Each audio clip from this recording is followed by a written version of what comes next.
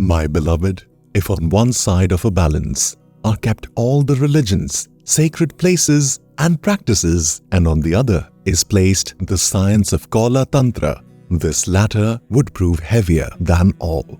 From the Kaula Tantra.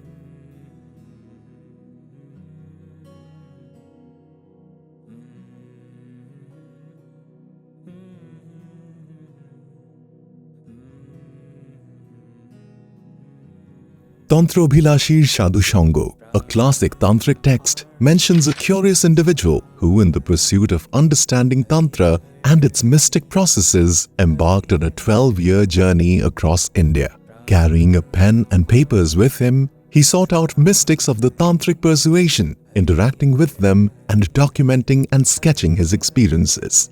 Initially skeptical, yet driven by profound curiosity, his quest led him to the revered Mahishamardini temple of Bakreshwar, a renowned Shakti Peeth. At Bakreshwar, nestled within a cremation ground where extreme forms of Tantra sadhana were performed, he encountered an enigmatic figure, an Aghori who came from southern India but lived in the cremation ground.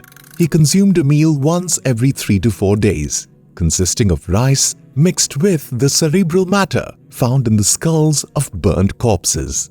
Revered yet feared by those around him, he commanded respect as the guardian, the lord of that place, as if Lord Bhairav himself.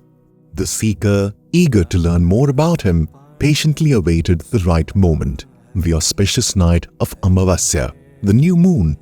Intrigued yet apprehensive, the seeker observed as tantric practitioners, including the Aghori, gathered for a spiritual practice under the cloak of darkness, their faces illuminated by the flickering light of oil lamps. As he watches from the shadows, the night unfolds like a scene from a surreal dream.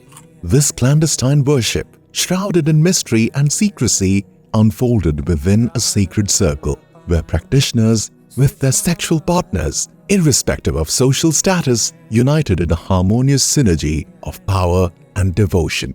With each ritualistic act, from the consumption of consecrated meat and sanctified alcohol to the recitation of mantras, the seeker bore witness to a deep transformation within the circle. There's an air of anticipation, of something profound about to unfold. And then it happens. A flash of lightning splits the sky, illuminating the cremation ground in an ethereal glow. In that moment of divine revelation, the Aghori is transformed before his eyes. He appeared not as a mortal, but as Lord Shiva himself, adorned with serpents and accompanied by his divine consort Parvati and surrounded by his divine attendants. Overwhelmed by the transcendental experience, the seeker fainted, awakening the following day to the realization of the immense power he had witnessed. The next morning, in a humbling exchange with the Aghori, the seeker learned the profound truth of Kaula Tantricism, that God or Shiva permeates every aspect of existence, even within the seemingly impure and mundane. God is within everything. God is everything.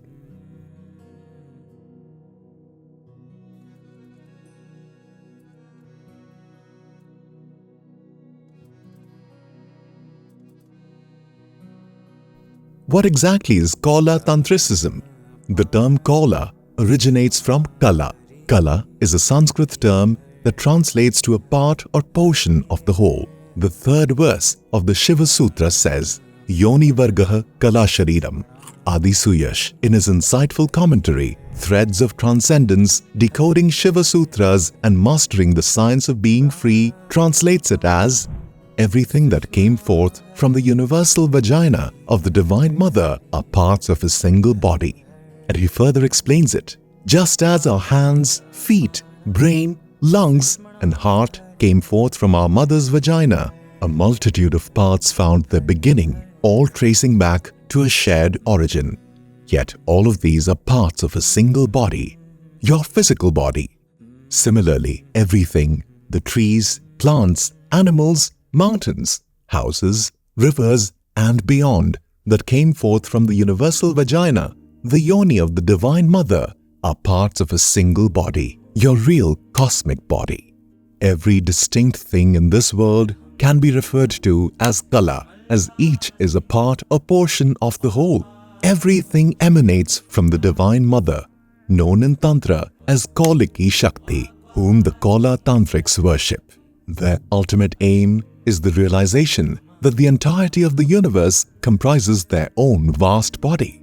Adi Suyash further writes, "Consider your body with its many organs and the millions of cells that form them, and then think about the countless microorganisms that are a part of your body, necessary for its proper functioning. All these elements come together to form your body, and you recognize them as an inseparable part of yourself. Right now, you consider your body as yourself, and so these organs, limbs, and microorganisms constitute your identity. They are a part of yourself. So, why stop at the boundaries of our skin? Beyond our physical bodies, we are intimately connected to the trees, the earth, the sky, the sun, and everything in the universe.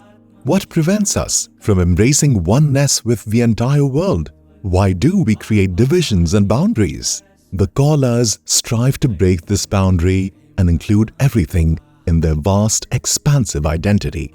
The same idea echoes in the verses of Vedas, Sarvam Khalvidam Brahma, or the entirety of existence is indeed Brahman, the absolute consciousness.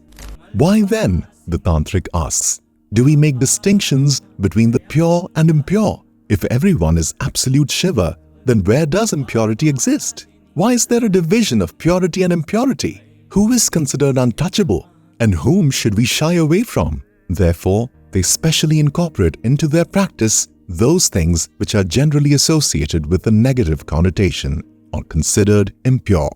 By distancing ourselves from so-called negativity, as long as we are running away from something, feeling aversion, we cannot experience a sense of oneness. We will always live in duality, in separation, between me and the negative. Until we fully embrace that so-called negative object, how can we become one with this entire universe? This is the philosophy of Kaula Tantra.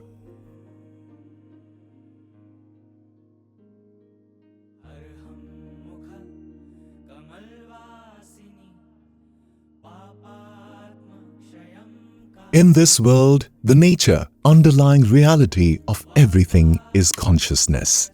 Chaitanya Mahatma, the first verse of the Shiva Sutra says, meaning consciousness is the self, the reality of all that is.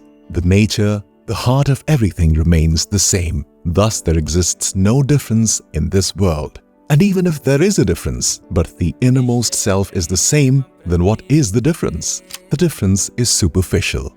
A clay pot and a clay elephant, both are made of the same clay. The difference between them is the same as it is in you and everything else. This consciousness that unifies everything is termed as Kauliki Shakti in the Kaula tradition. There are several methods in the Tantric tradition to achieve unity with this Kauliki Shakti, among which deity worship is the most common.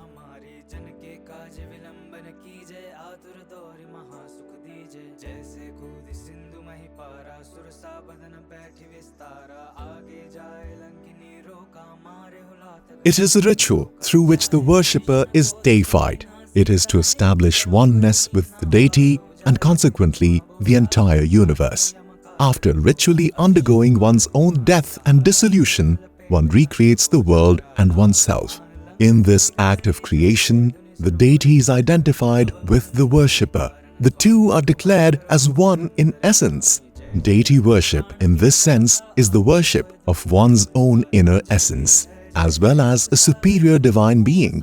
Alternatively, one could say that in this process, one venerates the highest or most essential nature, that is consciousness, which is united with the deity. The emphasis always lies in individual meditation and identification with the deity in question. Unlike temple worship, the goal is to inwardly realize the presence of the deity in the aspirant. Although this kind of worship perceives the deity to be both a superior being existing outside the practitioner and an inward dimension or aspect of the worshipper, the emphasis, particularly in comparison to temple worship, is on the latter. There are many variations of this ceremony, but we will attempt to understand their basic structure. David Kinsley, in his book The Tantric Visions of the Divine Feminine, the 10 Mahavidyas, describes the ceremony as having 4 parts: preparation, meditation, worship of the deity as the self, and concluding rites.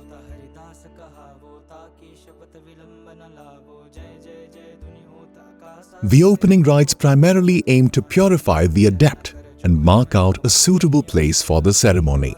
The adept bathes, sips water, signifying internal purification, and asks the deity to rid his mind of any impurities.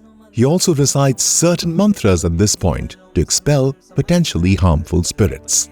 The adept next purifies the place of worship by sprinkling water on the ground. He carefully inspects the items to be used in the ritual to be sure that they are unblemished. Flowers to be offered, for example, should be free from insects. Items are also purified by means of mantras and water. The adept then draws a yantra, a schematic diagram about which we have discussed in a previous video, representing the particular deity, in this case, the feminine energy to be worshipped.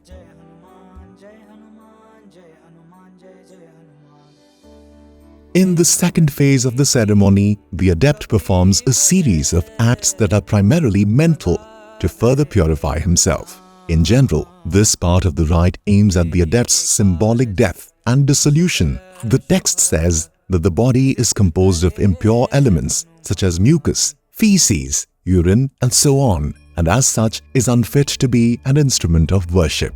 The adept's symbolic death is followed by his mental recreation of the world and, most important, by the appearance of the deity herself. Assuming the correct posture and practicing breath control, the adept begins a ritual that releases his life force, his jiva, from his body. He imagines his jiva passing through different stages, each connected with an element: earth, water, fire, air, and sound.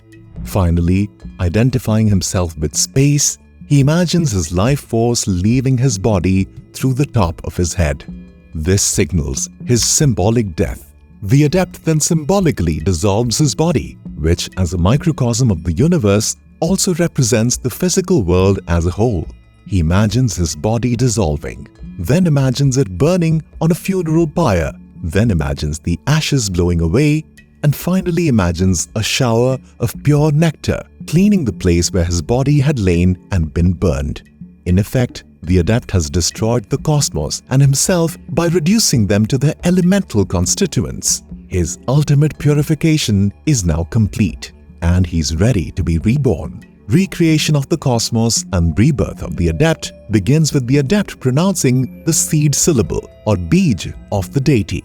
He then visualizes the different parts of the cosmos, often in the form of letters, syllables, or mantras. He completes the recreation of the cosmos by visualizing the deity herself seated on a throne in the center of the world, which is imagined as her particular mandal.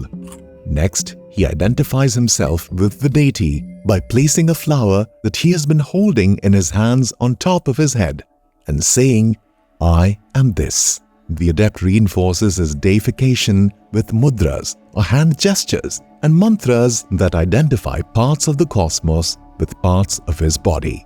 Having provided himself with a new divine body actually identified with the deity herself, he is now prepared to undertake worship of the deity herself.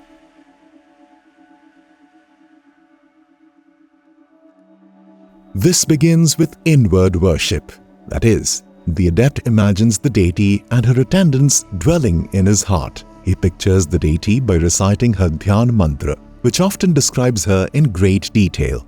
He then transfers the deity from his heart into the yantra he has drawn on the ground by exhaling through his right nostril onto a flower that he holds in his hand. Her transference to the yantra can also be done with mudras, hand gestures with which the adept catches the deity and places her in the yantra. The adept now praises the deity with hymns and treats her as an honored guest by offering her various articles, physically or mentally. The actions are similar to worship in a temple. But in contrast to elaborate and costly temple worship, in this ceremony, the adept offers the deity little more than purified water and flowers. The text instructs the adept, throughout this part of the ceremony, to constantly repeat the deity's special mantra, which is said to be identical with the deity herself. Outward worship of the deity in the mandal closes with a final offering, usually consisting of rice or some other grain. The adept may also make a blood offering.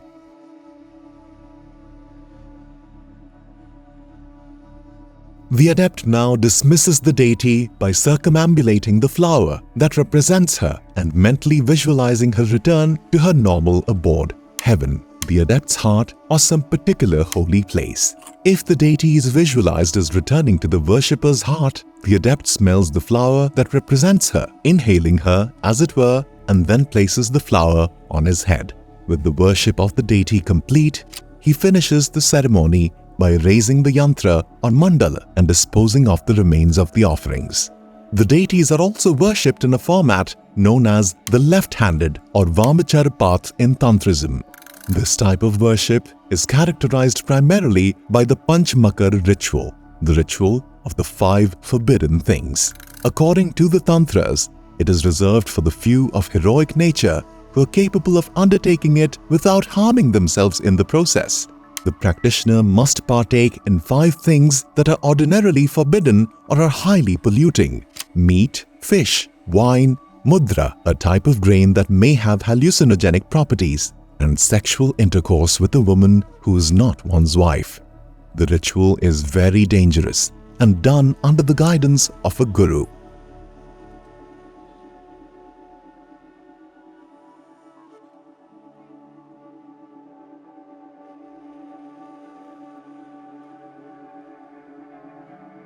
The Tantra says the path of Tantra is as difficult as walking on the sharp edge of the razor. This path is fraught with dangers, similar to riding a tiger. The tiger is indeed a powerful vehicle, the king of the jungle, that is the world. If you can ride it properly, it will easily and efficiently lead you out of this jungle. But if you make a mistake, if you lose control of that tiger, you will become its prey. Perhaps that's why in scriptures, the goddess is depicted riding a tiger. The rulers of this jungle-like world are sex, power, greed, and addiction. These are extremely powerful forms of energy. Fighting against their influence is like steering a boat against the current. It will exhaust you and may even break the boat.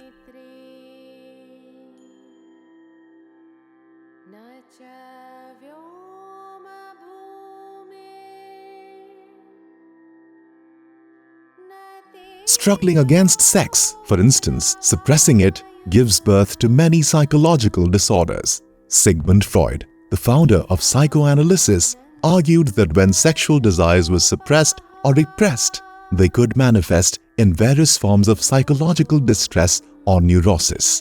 Freud viewed sexual repression as a societal and cultural phenomenon, where societal norms and moral standards imposed restrictions on sexual expression. He believed that these restrictions could lead to psychological conflicts and disturbances, as individuals struggled to reconcile their natural sexual impulses with societal expectations. Many psychologists share this opinion. On the other hand, if we entirely succumb to our sexual desires, we lose our freedom. We will never rise above our body and mind. This presents a kind of dilemma. So what is the solution? Sex sublimation. And how does that happen? Tantra suggests that aspirants should perceive their sex partner to be completely their own. The man should see the woman as his own Shakti, and the woman should see the man as her own Shiva. They should cultivate a sense of identity with each other, a sense of non-duality. That is, each partner should intensely love each other. Love causes sex to be automatically sublimated. The entire sex act is transformed into love. Just as water, when heated, becomes vapor, sex is transformed by the fire of love into a profound sense of oneness. Slowly, this oneness engulfs the entirety of existence, and the purpose of the Kaulic practitioner is attained. Thus, the tantric or colic way of life resolves the Freudian dilemma.